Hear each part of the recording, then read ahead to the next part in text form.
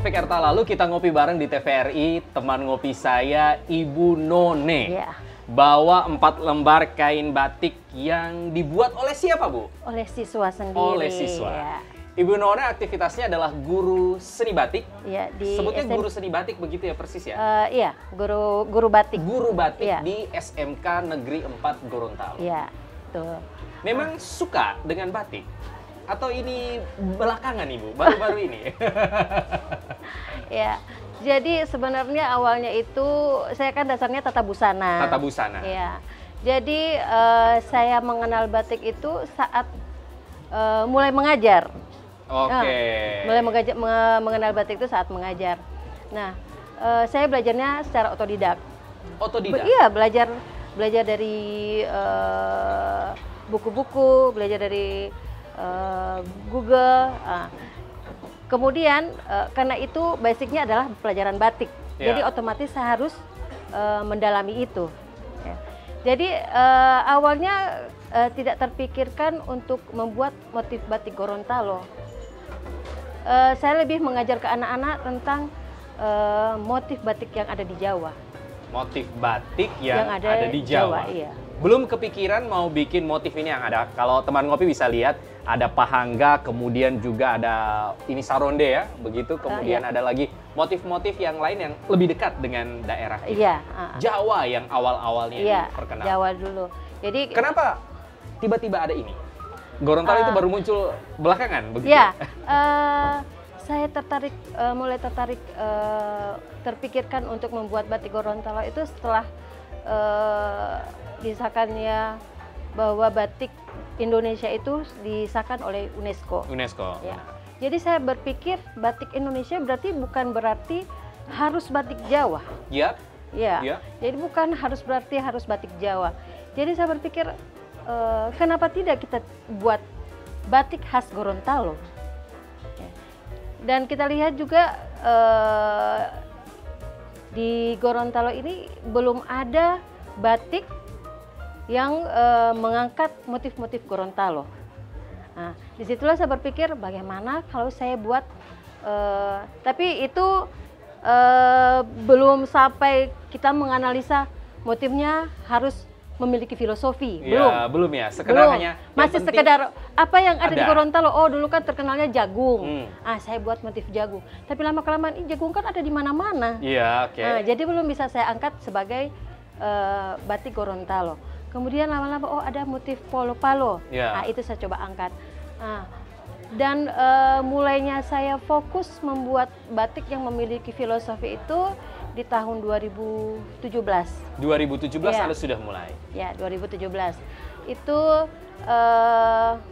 gagasannya juga dari Pak siapa?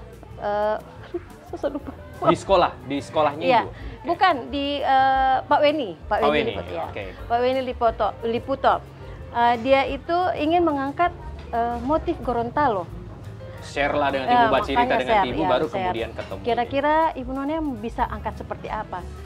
Jadi mengangkat motif batik yang ada filosofinya itu memang agak Tidak mudah ya. Ya, tidak mudah. Kami harus mencari literatur ke sana kemari, Betul. mesti ke perpustakaan, kemudian tanya ke sana kemari budayawan untuk mengetahui apa filosofi dari motif yang akan saya angkat. Nah, kemudian rencana kedepannya dari motif yang telah jadi itu kami akan buatkan hakinya. Jadi seperti itu cerita dengan Pak Weni. Akhirnya kami mengangkat batik Giladia. Ya. Batik Ya. Giladia. Giladia. Giladia. Jadi batik Giladia ini terdiri dari atribut yang ada di Rumah adat. rumah adat. Ya, jadi ada pahangganya, ada jarambanya, kemudian luhutonya. Kalau luhuto itu artinya pohon pinang. Pinang. Nah, kemudian ada juga nganggol luhuayo. Seperti ini contohnya. Ya. Ya. Jadi ini contohnya, ada pahangganya, kemudian ada lalenya atau Lale, janur, betul, ya. nganggol luhayo, kemudian pohon pinangnya. Gitu. Jadi ini yang kita angkat. Jadi masing-masing motif ini ada filosofinya. Dan Bersifat inilah simbolis. yang disebut dengan batik Gorontalo. Ya. Batik Hiladia. Ya, batik Hiladia. Berbeda dengan 3 yang lain ini. Oh Ibu Nona? tidak, tetap saya akan. Kalau di pembelajaran kami, di pembelajaran batik itu anak-anak saya mengenalkan motif batik tradisional dan motif batik kekinian atau motif modern. Jadi kalau motif batik tradisional, saya meminta anak-anak untuk mencari motif khas yang bisa diangkat menjadi motif khas Gorontalo, kemudian mencari apa maknanya, apa filosofinya, apakah dia bermakna simbolis. Kalau di motif Gorontalo, kemudian di motif kekinian itu dia tidak memiliki filosofi. Bisa sesuatu yang abstrak atau apapun apakah itu, bisa berbentuk lukisan. Nah, cuman tetap saya tidak jauh-jauh dari apa yang ada di Gorontalo. Nah, misalkan polo-polo ini. Polo-polo ini saya ambil di batik kekinian. Ya. Jadi dibuatlah anak-anak ambil konsepnya batik polo-polo, kemudian dibuat sebuah motifnya atau desainnya. Setelah membuat desainnya, kita masukkan ke dalam bentuk pola. Nah, setelah bentuk pola kita ciplak ke kain. Setelah itu kita lanjut proses pencantingan, pewarnaan, kemudian lorot untuk menghilangkan lilin, kemudian finishing, sudah selesai. Berapa lama itu Bu None dibutuhkan untuk dari proses awal ya? Atau proses mau awal dihitung sejak idenya di brainstorm begitu sama anak-anaknya? Bisa setahun? Oh tidak juga. Tidak selama Jadi itu. anak-anak kita targetkan dalam satu semester itu kan 6 bulan. Jadi kita usahakan anak-anak bisa membuat sebuah produk itu 2 buah dalam 2 buah dalam 6 bulan. Ya. Bu None, apakah satu-satunya jurusannya, sebutnya jurusannya, yang ada di SMK di Gorontalo khusus untuk batik ini ada di tempat Ibu? Cuma di SMK Negeri 4. Iya, dari satu provinsi itu cuma satu sekolah kriya. Sekolah kriya yang fokus ke sini. Iya. Ibu, ini kalau di catatan saya yang di-share oleh teman-teman, ini Ibu datang menggeluti batik itu sejak 2007 benar? Iya, 2007. Sejak saya terangkat jadi guru, saya mulai mengajar tentang batik. Dan kemudian membuatnya baru pada tahun 2011, begitu ya? Nanti kita akan bahas lebih banyak, saya penasaran sekali. Sekali-sekali juga saya mungkin mampir ke sekolah, musik di sekolah Ibu, membatik langsung di sana ya? Ya, silahkan. Ayo Bu, kita minum kopi dulu, silahkan.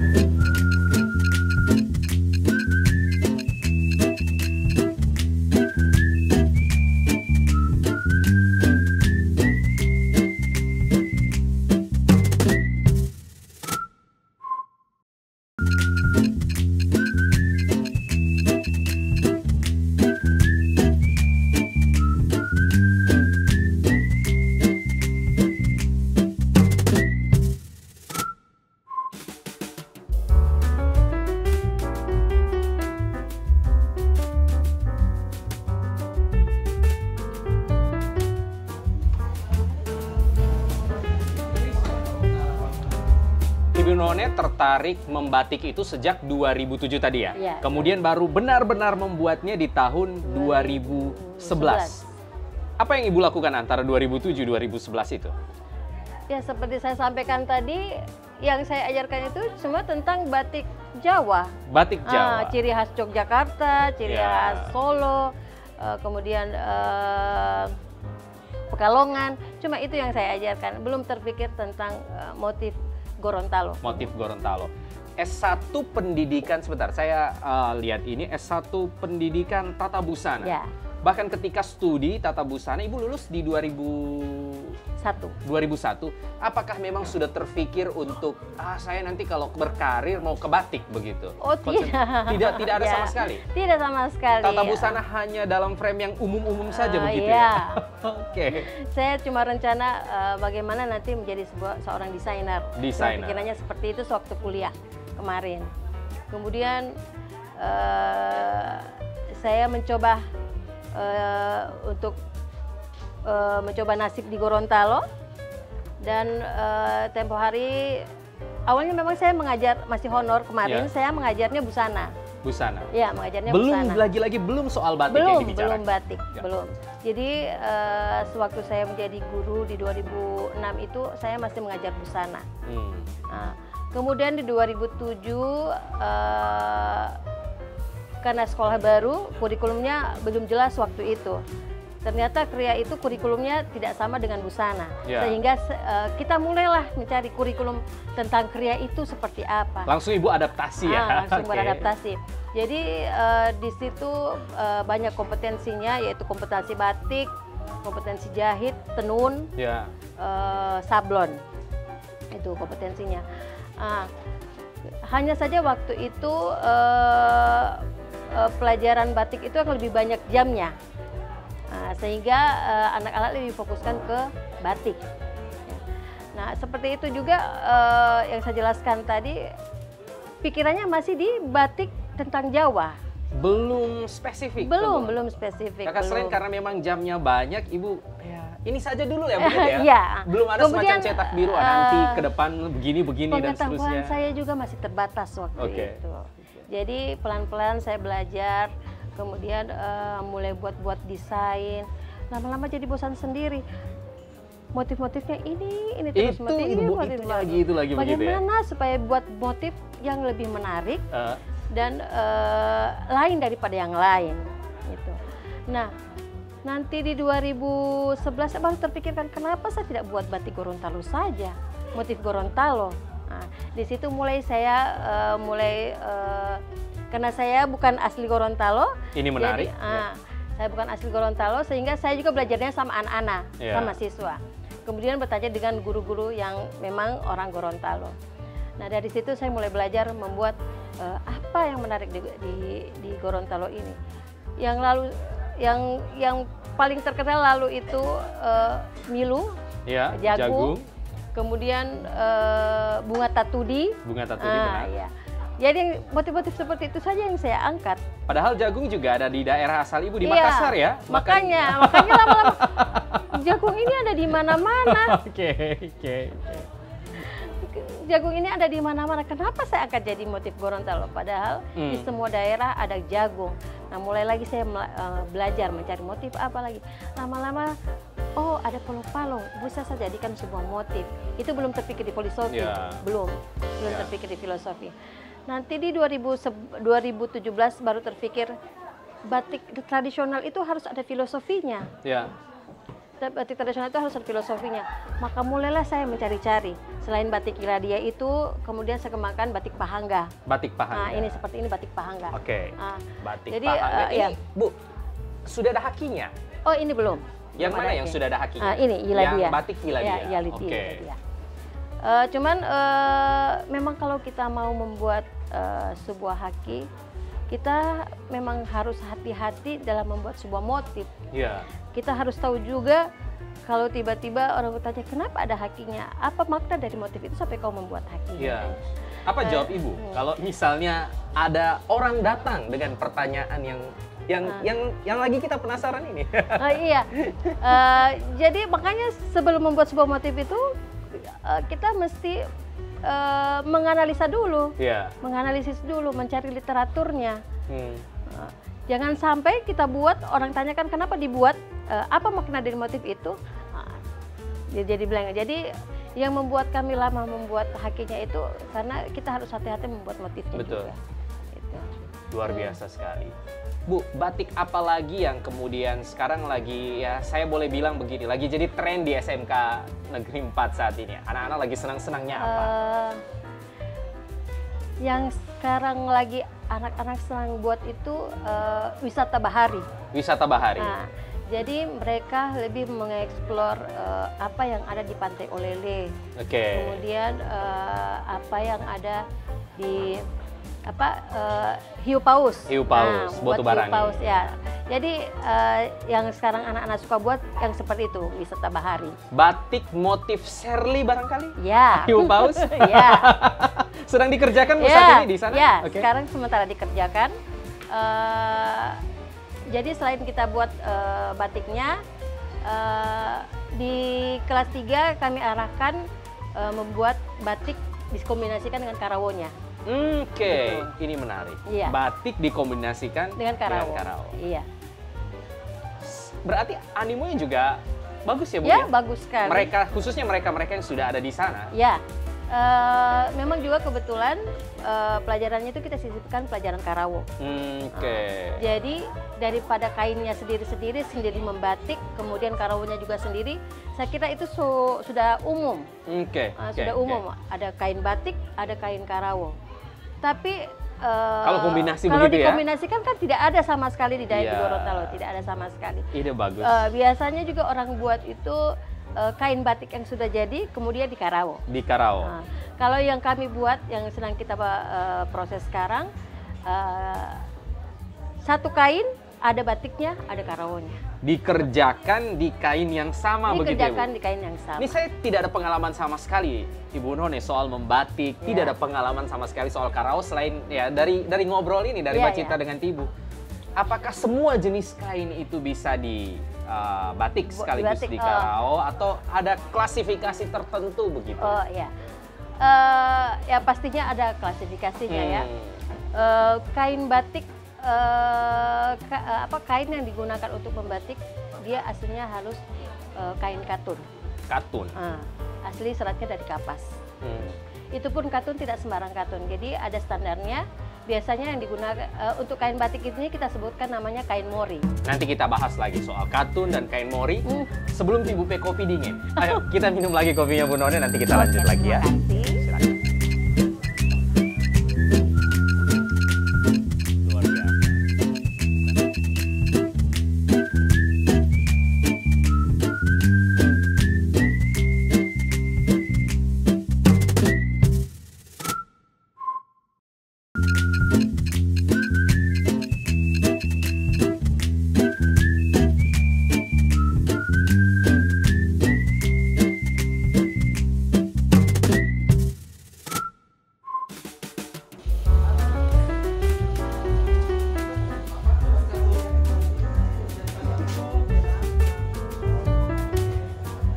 Saya masih minum kopi dengan Ibu None. Jadi kainnya harus ada klasifikasi tertentu gitu ya. Katun sama mori tadi ya. Ya, katun mori namanya. Katun mori namanya.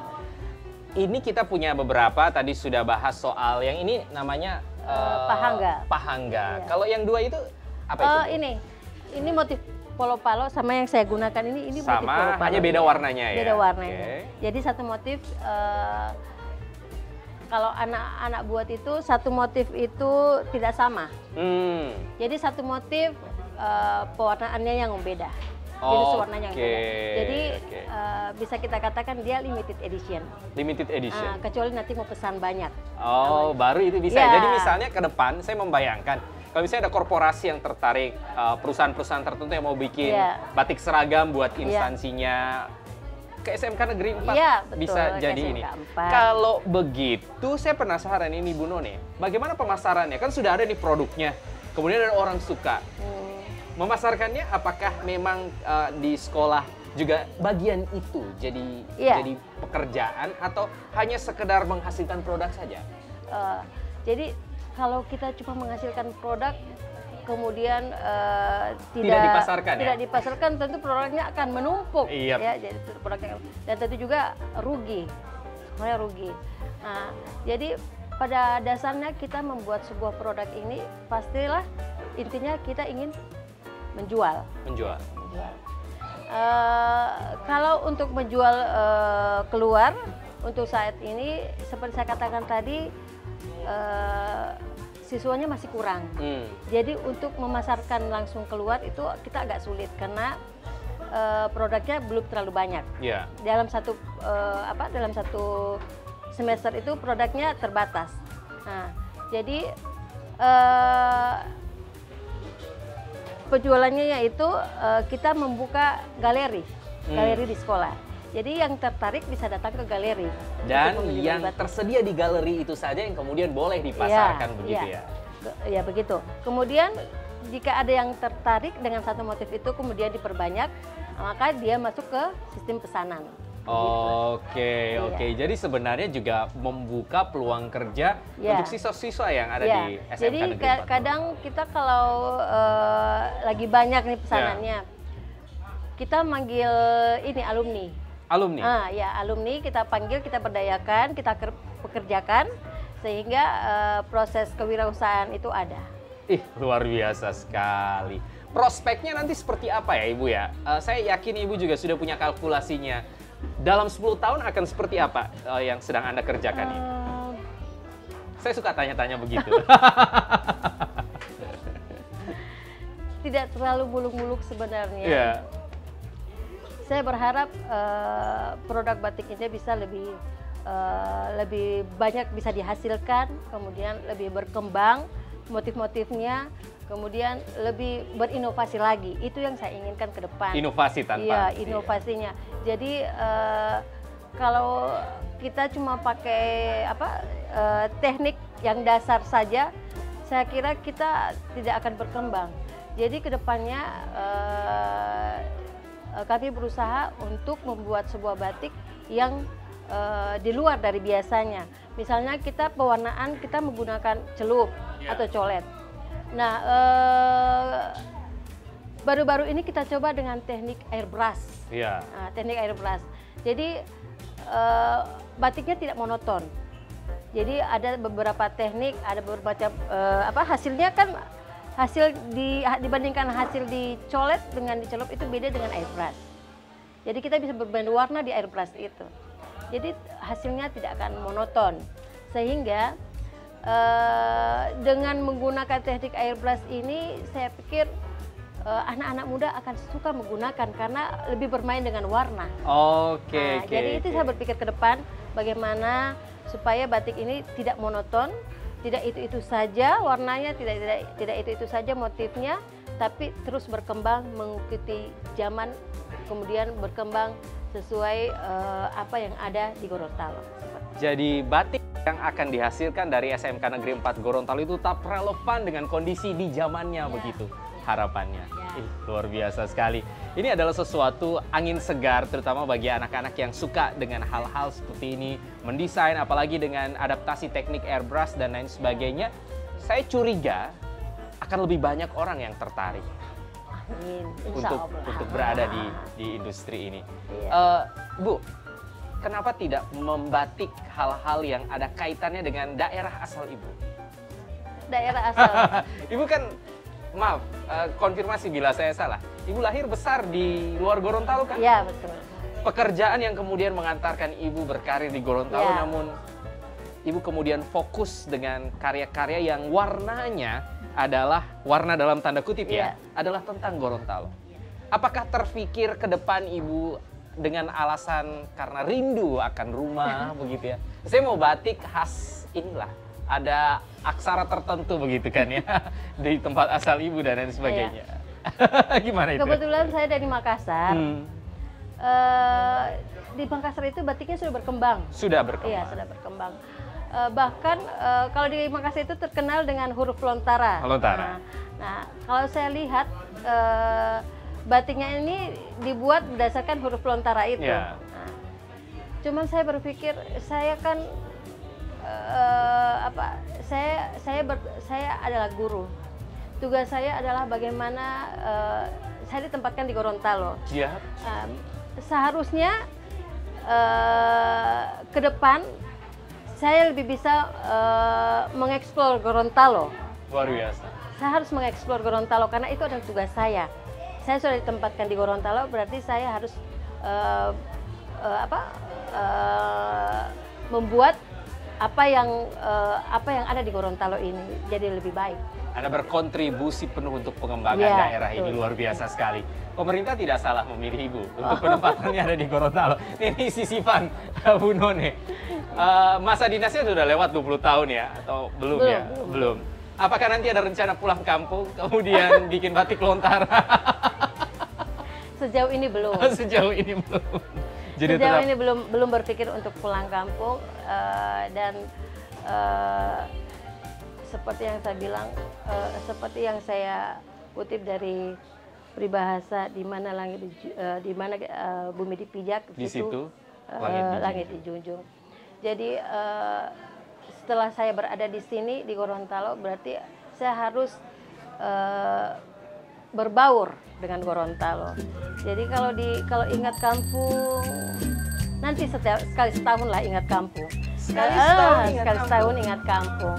Luar biasa. Terima kasih Bu None Ya, sudah ngopi bareng di TVRI. Salam untuk keluarga besar SMK Negeri 4 Gorontalo. Siap. Bu, kita nikmati kopinya sampai habis. Silakan Bu None.